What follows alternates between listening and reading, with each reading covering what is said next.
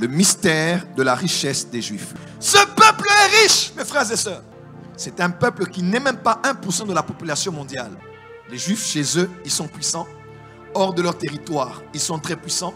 Ils ont une diaspora puissante qui envoie des millions chaque année dans leur pays. Aujourd'hui, que vous le vouliez ou pas, c'est le peuple qui contrôle le monde. Abraham, notre père, est le père de 3 fils. Abraham est le père d'Ishmaël. Abraham est le père d'Isaac. Abraham est le père de Jésus. Abraham a mis au monde 3 fils. Abraham a mis au monde Ismaël, né d'Agar. Abraham a mis au monde Isaac, né de Sarah. Abraham a mis au monde Christ. Matthieu 1, verset 1. Généalogie de Jésus. Fils de David et fils d'Abraham. Fils de David par rapport à la royauté et fils d'Abraham par rapport à la promesse. Qui est le père de Jésus? C'est Abraham. Et ces 3 hommes sont 3 entités représentant et incarnant 3 grands gouvernements, 3 grands systèmes. Par Ismaël, on a notamment les Arabes et la religion islamique. Par Isaac, on a les Juifs, on a le judaïsme. Et par Jésus, on a le christianisme. Donc 3 religions qui viennent d'Abraham, notre père, qui sont à la base saints d'Abraham et surtout croient en un Dieu monothéiste. Son prophète Mahomet et un seul Dieu, Allah. Les Juifs aussi, selon Deutéronome, disent que l'Éternel est Echad. L'Éternel est un. Alors schéma Israël, c'est ça. Et on a de l'autre côté, on a Jésus-Christ et le christianisme, où nous croyons qu'il y a un seul Dieu. La vie éternelle, c'est qu'on connaisse que tu es le seul vrai Dieu. Et Jésus-Christ que tu as envoyé. La foi en un Dieu, le monothéisme, vient d'Abraham. Et ce que j'aime, c'est que ces nations nées d'Abraham, ces fils nés par ces nations, par Abraham, sont non seulement à la base des religions les plus grandes et les plus influentes du monde aujourd'hui, mais surtout, c'est quoi? Ont reçu un héritage spécial d'Abraham qu'on appelle la bénédiction. Isaac a la bénédiction d'Abraham. Ismaël a la bénédiction d'Abraham. Jésus-Christ a la bénédiction d'Abraham. Et nous sommes bénis d'Abraham par Jésus-Christ. Et ceux qui sont d'Ismaël sont bénis. Regardez les musulmans, combien ils sont riches. Allez au Qatar, Arabie Saoudite. Le pétrole du monde est entre leurs mains aujourd'hui. C'est la bénédiction de papa. Parce qu'ils sont fils. Que tu dises il est musulman ou pas, il est arabe ou pas, que tu les aimes ou pas, il y a quelque chose dans leur ADN. La promesse est liée au sang. La bénédiction est liée à l'ADN. Agar était africaine, n'est-ce pas? Agar était africaine. Elle pleurait. Dieu ne l'écoutait pas. L'ange a dit je suis descendu parce que j'ai entendu le cri de l'enfant. C'est quand l'enfant a crié que le Dieu d'Abraham a agi. Pourquoi? Parce que dans cet enfant-là, il y avait l'ADN d'Abraham. Que les bonnes choses de ton ADN crient en cette saison. Que les bonnes informations dans ton sang crient en cette saison. Ah, dis avec moi, je suis fils d'Abraham. Et à cause des gènes, la bénédiction est tombée. Les musulmans, aujourd'hui, ils ont tout acheté en Angleterre. Les malls, les stades. Ils ont presque toutes les équipes de football qui existent au monde aujourd'hui. Ils ont tout pris, tout. Avec moi, c'est la bénédiction d'Abraham. Dis à ton voisin, fais-toi de nouveaux amis. Faut aussi chercher à avoir des amis juifs. Le Congolais est tellement réduit dans sa tête à cause de Thompson que quand on voit un chrétien près d'un juif, on dit c'est la Kabbale. Pour vous choquer. Vous savez quoi? Jésus n'était pas Mongala. Jésus, le fils de Dieu, n'était pas Moutswahili. Même pas Moutete là. Jésus n'était pas quelqu'un du Libéria ou bien Nigérien ou Nigérian. Jésus était juif. Quand les professeurs de Harvard et d'ailleurs ont étudié, ils ont arrivé à une conclusion. La seule conclusion qu'ils ont eue, la clé de la richesse juive au monde est attachée à leur culture.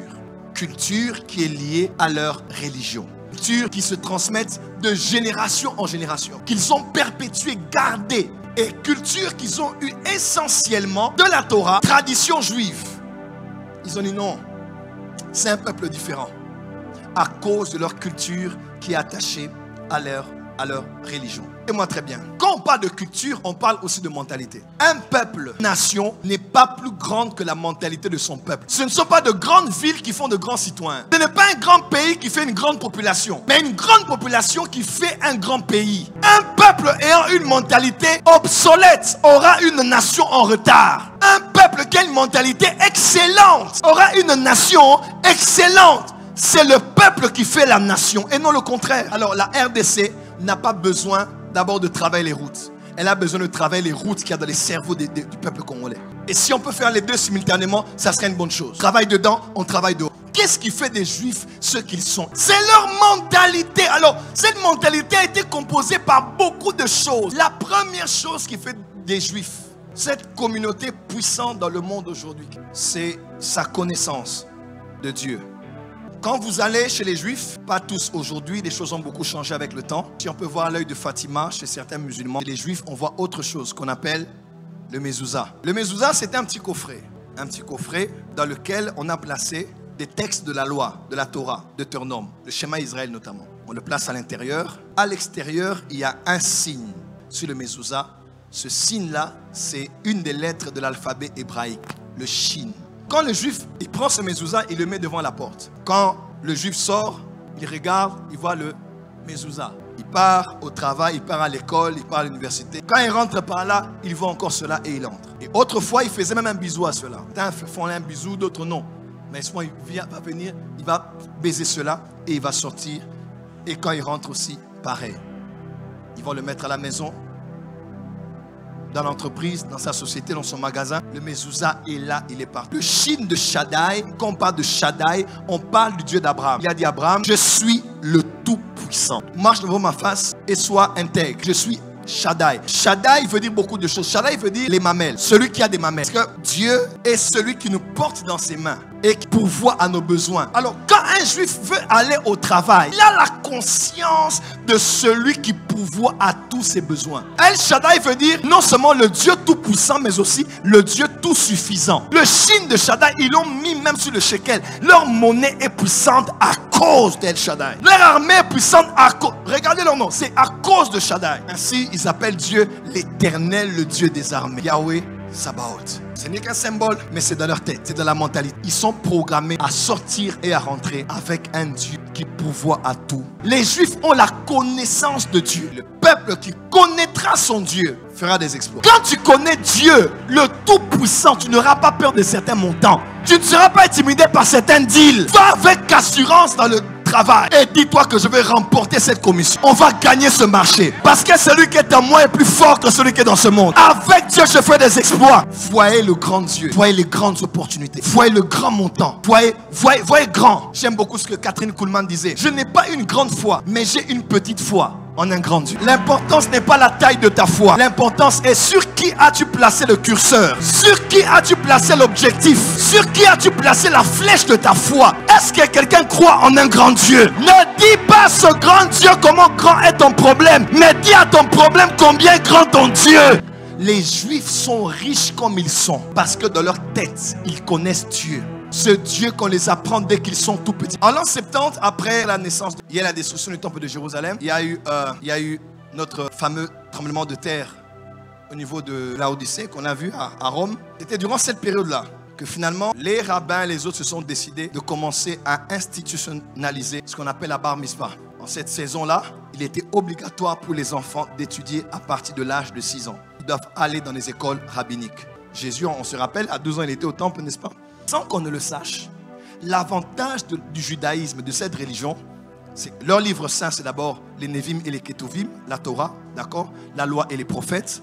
Mais la langue hébraïque est une langue riche. Pour connaître Dieu, il faut connaître la Torah. Pour connaître la Torah, il faut connaître la lecture. N'est-ce pas? Et il faut savoir lire et écrire pour apprendre la Torah. Donc, en d'autres termes, la prédisposition religieuse faisait que les enfants devaient apprendre à lire et à écrire.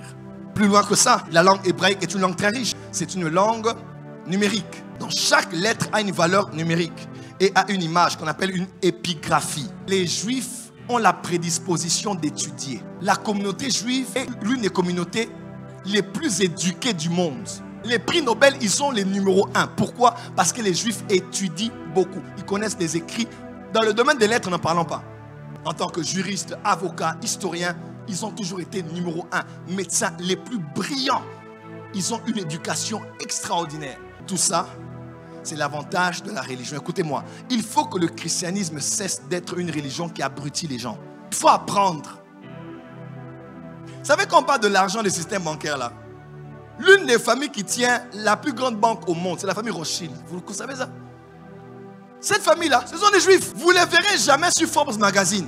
Non, Forbes Magazine, on a mis numéro 1 au Nathan Rothschild. Jamais, parce que c'est eux qui sont les propriétaires. Et quand on parle de banque, ce n'est pas question de parler en langue. Tu dois connaître la banque. Tu dois connaître le monde économique. Voilà pourquoi ce séminaire ne vient pas pour vous dire l'argent tombera du ciel comme Miracle Money. Non, ce séminaire est venu pour vous équiper. De vous préparer demain à avoir l'argent de ce pays entre les mains. Comment les Juifs ont le système bancaire? C'est parce qu'à l'époque, les chrétiens n'avaient pas le droit autrefois de prêter l'argent avec intérêt. C'est pour ça qu'à un certain niveau, les chrétiens avaient stock. à part le catholicisme qui avait géré les choses autrement. Et le pouvoir économique était centralisé sur Rome.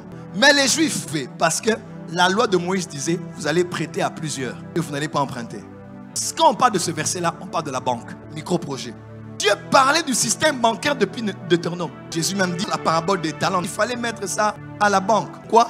Parce que les Juifs ont déjà système, il y a codé ça. L'histoire de 2 Rois 4, là, vous pensez que c'est les jeux? Tout ça, ils connaissaient le système de prêter avec intérêt. Au Chili, c'est les Juifs. Ils ont les banques comme ça entre leurs mains.